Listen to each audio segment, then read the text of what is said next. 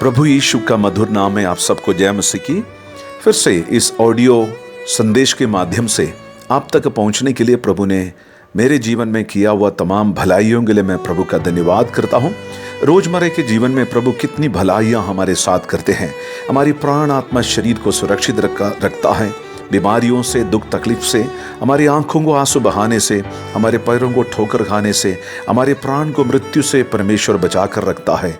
हमारा परमेश्वर ना केवल इस दुनिया में रहते समय पर मृत्यु के बाद में भी हमारे साथ रहने वाला है, यानी अनंत काल से अनंत काल तक हमारा परमेश्वर हमारा धाम बना हुआ है, हमारी रक्षा करने वाला है।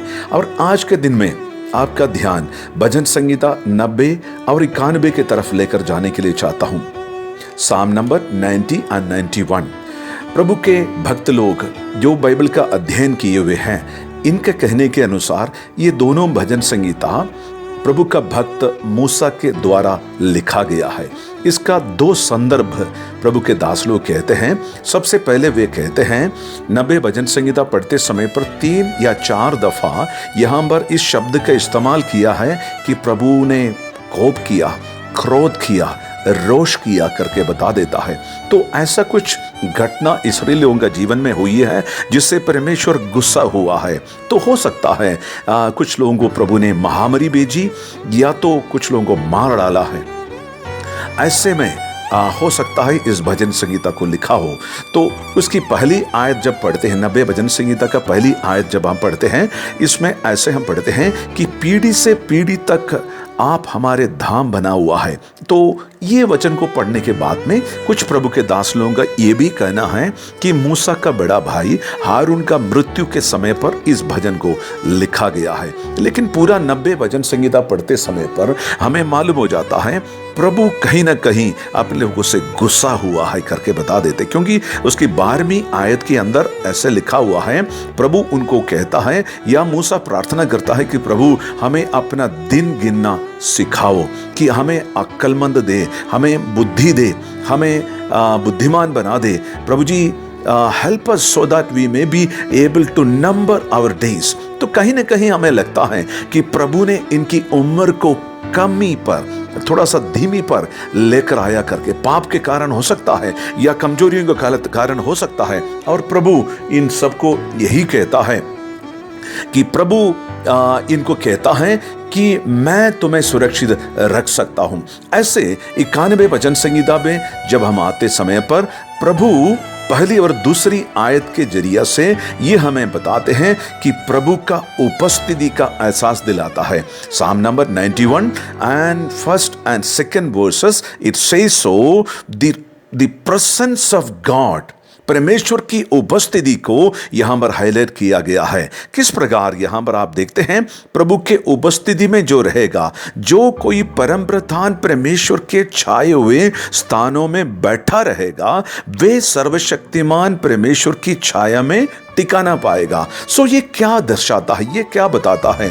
महामारी के समय पर, दुख और तकलीफ के समय पर, आपके जिंदगी का या पारिवारिक जीवन का, सेवकाई का किसी भी मुसीबत के समय पर मुझे और आपको जाने के लिए, रहने के लिए एक जगह है, वो है परम प्रधान परमेश्वर का उपस्थिति। उनकी उपस्थिति में हमें तसल्ली मिलती है, शांति मिलती है, हमें वहां पर खुशियां मिलती हैं। हमें मालूम है उत्पत्ति से लेकर प्रकाशित वाक्य का पुस्तक तक जब हम पढ़ते हैं, उसके अंदर काफी लोग अपने जिंदगी का मुसीबत के समय पर प्रभु के भवन में गए हैं। रिबेका के बारे में हम पढ़ते हैं, उनका पेट में इतनी ज्यादा दर्द हुई है, वो कहां चली गई? प्रभु का पास वो चली गई और प्रभु ने बताया है कि तेरे पेट के अंदर 2 संतान हैं करके प्रभु ने उनको बताया, और निकास भी प्रभु ने उनको बतला दिया है। उसके बाद में हम देखते हैं पहले शमूएल के पुस्तक में परेशानी से भरी हुई, दुख से भरी हुई एक हन्ना हम देखते हैं। वहां पर उनका दुख इतनी ज्यादा जब बढ़ गई, वो कहां चली गई है? प्रभु का उपस्थिति में चली गई। यहां तक उनके याजक को भी समझ नहीं आई उनका दिल के अंदर का दर्द को, लेकिन स्वर्ग का परमेश्वर जो सीक्रेटली हमारी बातों को जानते हैं और पहचानते हैं, उसने कहा है कि अगले साल इसी समय पर तेरा सारा दुख दर्द खत्म हो जाएगा, तेरे गोद में मैं एक बेटा में धान दूंगा। प्रियो, जब दुख और परेशानी बढ़ते हैं, मुझे और आपको जाने के लिए एक जगह है, वो कहीं और नहीं है। The presence of God gives us comfort. परमेश्वर की उपस्थिति मुझे और आपको आनंद दिलाता है, तसल्ली दिलाता है। 90 वचन संहिता में परमेश्वर शायद गुस्सा हुआ, कुछ न कुछ हरकत प्रभु ने यहां पर किया, लेकिन 91 वचन संहिता में प्रभु बोलता है, घबराने की जरूरत नहीं है, मेरे आड़ में आ जाओ, मेरे पंख तले आ जाओ। जैसे एक मुर्गी अपने बच्चों को मुसीबत के समय पर अपने पर के नीचे रखकर उनको छिपा लेते हैं, वैसे प्रभु कहता है डरो मत, डरने की जरूरत नहीं है। मैं आपको बता देना चाहता हूं, बीमारी से भी बढ़कर खतरनाक एक बीमारी जो फैली है वो क्या है? डर। ऐसे में प्रभु का उपस्थिति हमारे सारे डर को दूर कर देना चाहिए। दूसरी बात यहां पर लिखा हुआ है 91 वचन संहिता उसका 3 से लेकर 13 आयत तक जब आप पढ़ते हैं, यहोवा परमेश्वर का सुरक्षा यहां पर भरोसा दिलाता है। सबसे पहले परमेश्वर की उपस्थिति, the presence of God comforts us. दूसरी है यहोवा परमेश्वर की सुरक्षा। यहां पर कितनी, इस 3 से लेकर 13 आयत तक आप पढ़कर देख लीजिए, यहां पर कितनी बीमारी बोलते हैं, दिन दोपहरी को उठने वाली जितने तीर हैं, रात की भय से प्रभु कहता है कि कोई भी विपत्ति तेरे डेरे के निकट कभी नहीं आएगा। क्यों?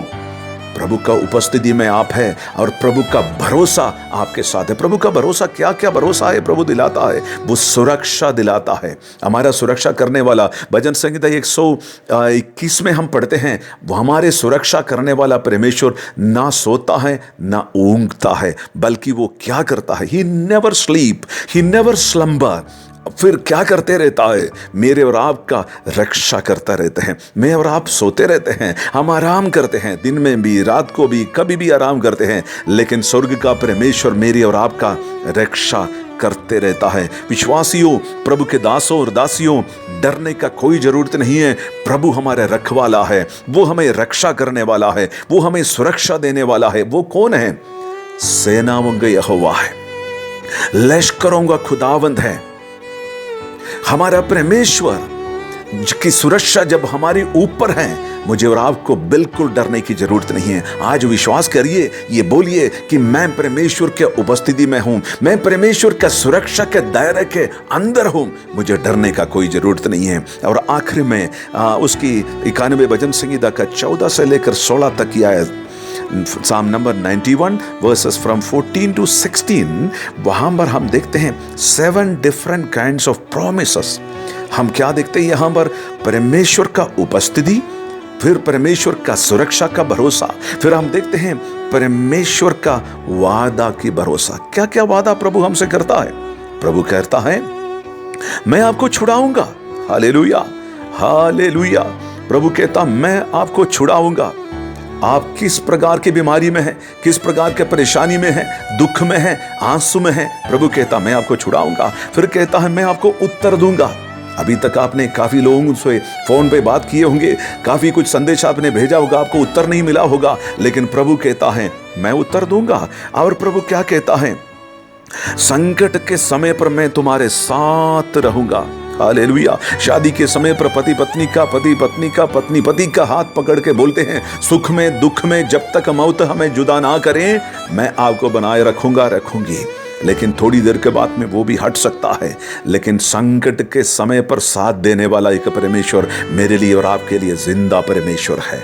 Hallelujah, hallelujah. उत्पत्ति के पुस्तक 2 अध्याय उसके 18 में यहोवा परमेश्वर ने आदम को देखकर बोला है कि आदम का अकेला रहना अच्छा नहीं है, मैं उनके लिए एक सहायक बनाऊंगा जो उनसे मेल खाए, मेल खाने वाला सहायक। और भजन संहिता 46 का पहली आयत में हम पढ़ते हैं, संकट में अति सहज से मिलने वाला सहायक। उत्पत्ति पुस्तक 2 के 18 में मेल खाने वाला सहायक, जो आपकी बीवी है या पति है, भजन संहिता 46 की पहली आयत में हम पढ़ते हैं, संकट में अति सहज से मिलने वाला वो पत्नी नहीं है, वो यहोवा परमेश्वर है। वो प्रभु मेरे से और आपसे क्या वादा करता है, संकट में मैं साथ रहूंगा। अय्यूब की बीवी ने बोला है, संकट में मैं नहीं रहूंगी, संकट में मैं नहीं रहूंगी। वो क्यों है? वो मेल खाने वाली है, लेकिन संकट में साथ देने वाला एक सहायक है, वो प्रभु यीशु मसीह है। और प्रभु क्या कहता है, मैं इज्जत बढ़ाऊंगा। आपकी बेइज्जती आपको लगता है हो गया है, प्रभु कहता मैं इज्जत बढ़ाऊंगा। और प्रभु कहता है दीर्घायु से मैं तृप्त करूंगा।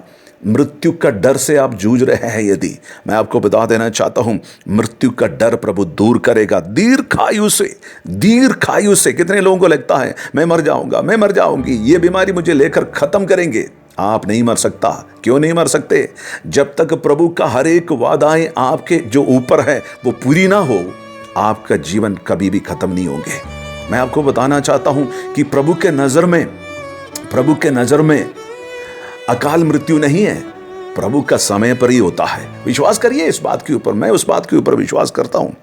और प्रभु आखिर में कहता है, मैं अपनी नजात आपको दिखाऊंगा, मैं उद्धार की दर्शन आपको दिखाऊंगा। हालेलुया।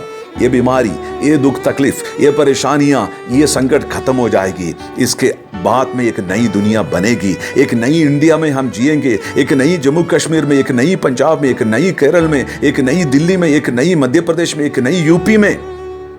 और जो भी देश में आप है, जो भी प्रदेश में आप है, जो भी इलाका में आप है, एक नई बनेगे। प्रभु का वादा है।